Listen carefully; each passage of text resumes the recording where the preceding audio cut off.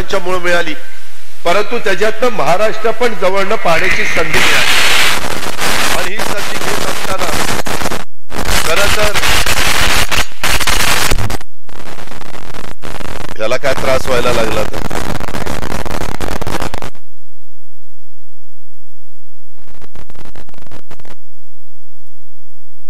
अरे बाबा तुला पैसे देणार आहे, काळजी करू नको। काय मध्येच खरखर, 4 जणांची भाषणं झाली नाही खरखर, माझ्याच वेळेस बरी खरखर आली। आलं ते आपलं आहे का कुणाचं आहे बघा, तपासा का कोऱ्यानी पाठवलंय कुणाला माहिती। मित्रांनो गमतीचा भाग जाऊ द्या, मला एवढंच तुम्हाला सांगायचंय की इथं येण्यापूर्वी आपल्या तरुण सहकाऱ्यांनी कोतवली फाटा ते असुर्ले पर्यंत मोटरसायकलची रॅली काढली। मला जरा भीती वाटत होती, उत्साहाच्या भरामध्ये कार्यकर्त्यांचा जोश असतो,